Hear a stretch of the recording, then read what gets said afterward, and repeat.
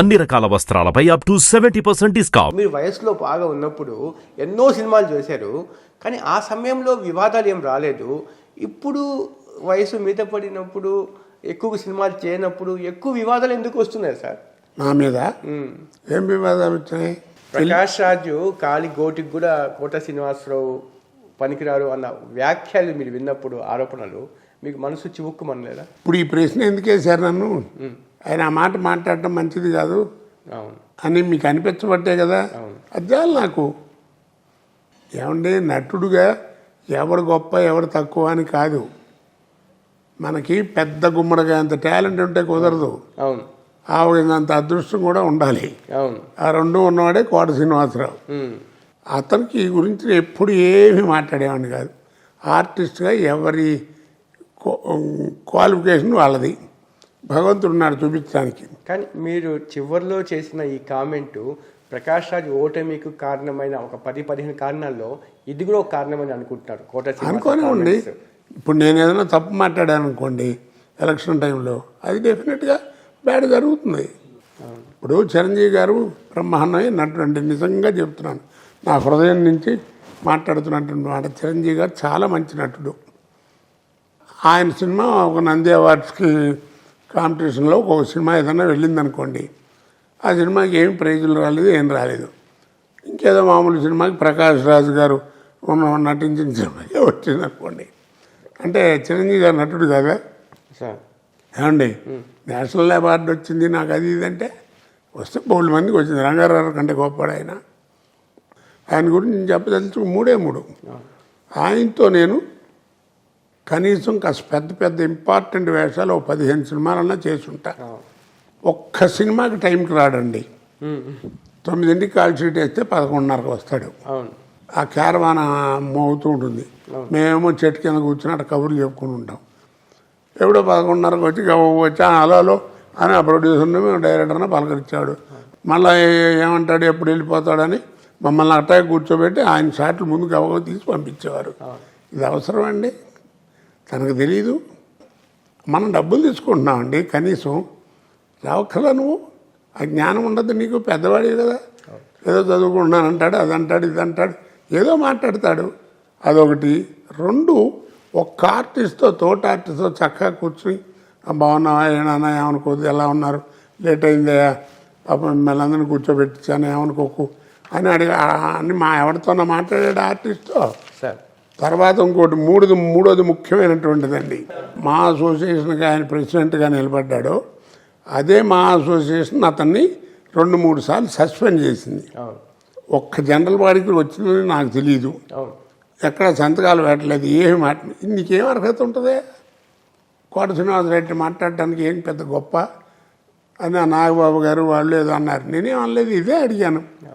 సరే, నేను మాట్లాడడం తప్పు, మరి ఆయనకి అద్దం ముందు కూర్చొని ఆయన చూసుకోమనండి.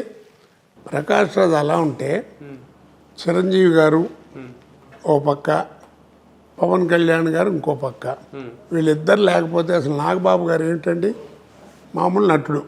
ఆయనే ఉత్తమ నటుడు కాదు, గొప్ప నటుడేం కాదు, ఇదేం కాదు. ఎందుకు ఆయనకి నాగబాబు గారు ప్రకాష్ రాజ్ గారిని ఇష్టం వచ్చినట్టు తిట్టాడు. మీ అందరికీ తెలుసు కదా. వాడికి డిసిప్లిన్ లేదు, పాడు లేదు, షూటింగ్లు పోస్ట్ పోన్ అవుతున్నాయి, షెడ్యూల్ మారుతున్నాయి. ఇప్పుడు నాగబాబు మీ మీద ఆ కామెంట్ చేయడం అది ఆయనకి ఉండాలి సార్. నేనేమన్నా అన్నాను ఆయన్ని? ఇప్పుడు కూడా నేను కామెంట్ చేశాను. ఎస్, ఓ పక్క చిరంజీవి గారు, ఓ పక్కన పవన్ కళ్యాణ్, లేకపోతే నా బాబు ఏంటి చెప్పండి? పోనీ పెద్ద యాక్టరా, కొత్త పొలిటీషియనా, ఏముందండి ఈ క్వాలిఫికేషను? అంటే వాళ్ళ అన్న అతని భుజాల మీద ప్రకాష్ రాజ్ని గెలిపించుకొని తీసుకురామని చెప్పి ఒక బాధ్యత పెట్టారు. పెట్టే ఉండొచ్చు సార్, బోల్డ్ మంది ఏమైనా జరిగి ఉండొచ్చు, నేను కాదంట్లా. ఆ మాట ఏమిటండి? నేను అట్లాంటి మాట ఒక్కటి మాటతో ఊరుకుంటారు? మొత్తం టీవీలో నాకు గోలగోలు చేసి వదిలేవారు 4 రోజులు. అవునా కదా? ఏంటది అర్థం ఉండక్కల్లా నాకు అతని మీద ఎందుకు కోపం? నేను ఏమైనా అన్నానే? ఉన్నమాట చెప్పాను. ఏం మాట అది?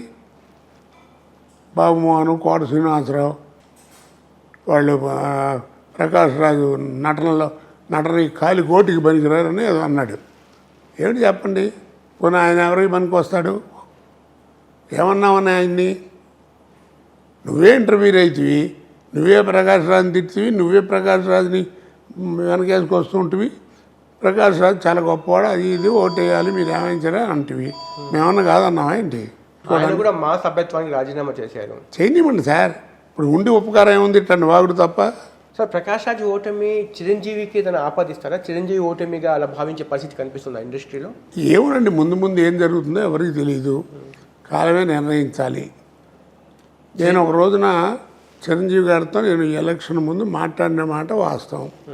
చిరంజీవి గారు నమస్కారం అండి రండి ఏమండి అన్నారు, ఏదో మాట్లాడారు, ఏదో మాట్లాడుకుందండి చేసి సార్ మీరు నుంచోండి లేకపోతే మీ వాళ్ళని ఎవరి నుంచో పెట్టండి, మేమంతా సపోర్ట్ చేస్తాం. కానీ మీరుగా మీలాంటి స్టేచర్ ఉన్నటువంటి గొప్పవాళ్ళు ప్రకాష్ రాజ్ గారిని సపోర్ట్ చేయటం మంచిది కాదు, నాకు మంచిది కాదు అనిపించింది, చెప్పాల్సింది చెప్పాను అన్నాను. తప్పేముంది, ఎస్ నేనేం బయట పిచ్చి పిచ్చిగా వాకుండా అన్నాను. ఆయన నాతో ఏమన్నారంటే ఏదో అవి ఇవి మాట్లాడి కోటయ్య ఏం లేదే ఓ రోజు వచ్చాడు ఇలా ఎలక్షన్లో నుంచున్నాను అన్నాడు, మంచిదా బెస్ట్ ఆఫ్ లక్ అన్నాను. చిరంజీవి అంటే మీరు చెప్పిన ప్రకారం చిరంజీవి సపోర్ట్ లేదా సార్ ప్రకాష్ రాజ్కి? ఏమోనండి ఎవరికి తెలుసు, అది మీరు చెప్పిన ప్రకారం అయితే ఇంకా ఆయన లేదని అనుకుంటున్నా నేను. ఉంటే ఉండదు, దాని తప్పేముంది. ఇప్పుడు పవన్ కళ్యాణ్ చిరంజీవి గారు అబ్బాయి వాళ్ళు వెళ్ళారు, ఓట్లు వేసారు, వేసింది సార్. సార్ అలాంటి వాళ్ళు కాదు, ఎంతోమంది వేయకపోతే 294 ఓట్లు ఎట్ట వచ్చినాయి అతనికి. ఏదో నాన్ తెలుగు అంటారు, ఎవడన్నా నిన్ను ఇవాళ మాట్లాడటం కాదు. నేను 1994 నుంచి మాట్లాడుతున్నాను. 4.5 రోజులు హంగర్ స్ట్రైక్ చేశాను. ఓకే, తెలుసో మీకు తెలీదు. అప్పట్లో హైదరాబాద్ వచ్చిన కొత్త ఇండస్ట్రీ, ఓకే, మెడ్రాస్లో ఉండే యూనియన్లు ఇవన్నీ కూడా అక్కడ హెడ్ వాళ్ళు పుచ్చుకుని తొందరగా ఒకటి నిర్ణయం చేశారు. ఓకే, మీ హైదరాబాద్ వాళ్ళకి ఎవరికి మెంబర్లుగా చేర్చుకున్నా తప్ప వాళ్ళకి ఏం పెద్ద వర్క్ రాదు, నేర్చుకోవాలి, ఆ నేర్చుకున్న తర్వాత చూద్దాం. కాబట్టి ఫైటర్లు కానీ డాన్సర్లు కానీ ఎవరైనా సరే 4 చొప్పున వాళ్ళని మిమ్మల్ని నిల్వ చేస్తాం, వచ్చి చేసి నేర్చుకోండి అని చెప్పి మొదలెట్టారు. దానికి నేను ఇష్టట్లే, నువ్వెవడో చెప్పడానికి. ఊరికే కబుర్లు కాదు, చేశాడు అయినా ఏమన్నా చేశాడా? అమ్మాడంటే ఇవన్నీ చేయాలని ఆత్మ ఉంది, ఆత్మ ఎవడికి లేదు.